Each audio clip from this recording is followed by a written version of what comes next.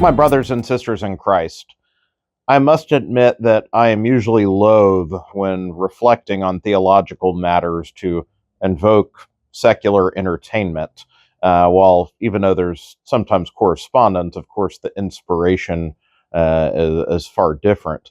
But I cannot help but look at today's combination of readings and think of a particular scene from the movie Gladiator.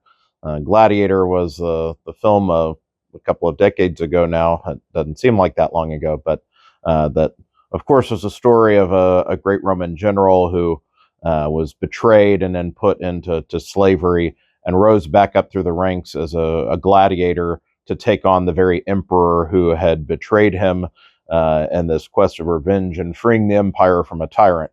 But the story of the movie aside, there's a scene where the emperor comes to meet him in the ring and is trying to bait him into action by saying horrible things. With all of his might behind him, is trying to bait the gladiator towards his own death. And Maximus the gladiator says the line, "The time for honoring yourself will soon come to an end." And it's one of the famous lines of the movie. And that's what comes to mind for me with our two readings, where we have a great contrast in our two settings. In the first reading, we continue here the story of Daniel and his ability to interpret dreams and visions. And here we have the successor of yesterday's reading. We heard of the vision of Nebuchadnezzar. Now this is his son, and Daniel comes in and describes for him what the vision means, that the king is lacking in every way. He's self-congratulatory.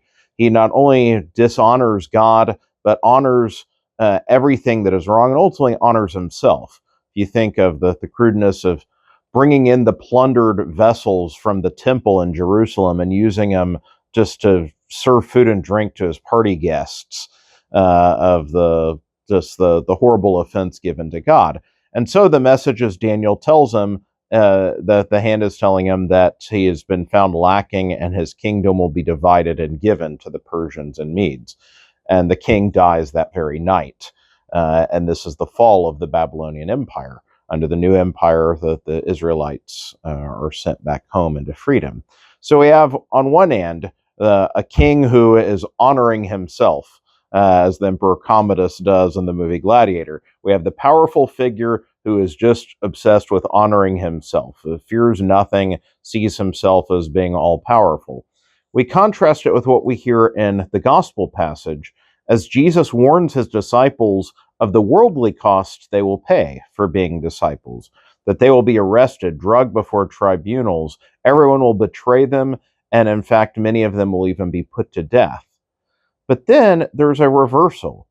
He says that their lives will be saved through their perseverance. Now, of course, this doesn't mean their mortal life. Many of them will, in fact, die. But it is through this perseverance and staying true to God, even while the world spits on them and hates them, this is how they will ultimately save their lives. It's a reversal. And so, while the world is constantly honoring itself, and those who think themselves powerful, those who persecute God, laugh and jeer and honor themselves, that is the sin of pride, of turning that reverence due to God back onto the self. It is as if Christ himself says, and again, I'm not debasing a character in a movie, is not speaking in the person of Christ, but to say to the world, the time for honoring yourself will come to an end. But for the disciples, don't honor yourselves. Let the world does what the world does. Honor God. God alone deserves your praise and glory. And by doing so, even whatever the world may do to you, you will secure your lives.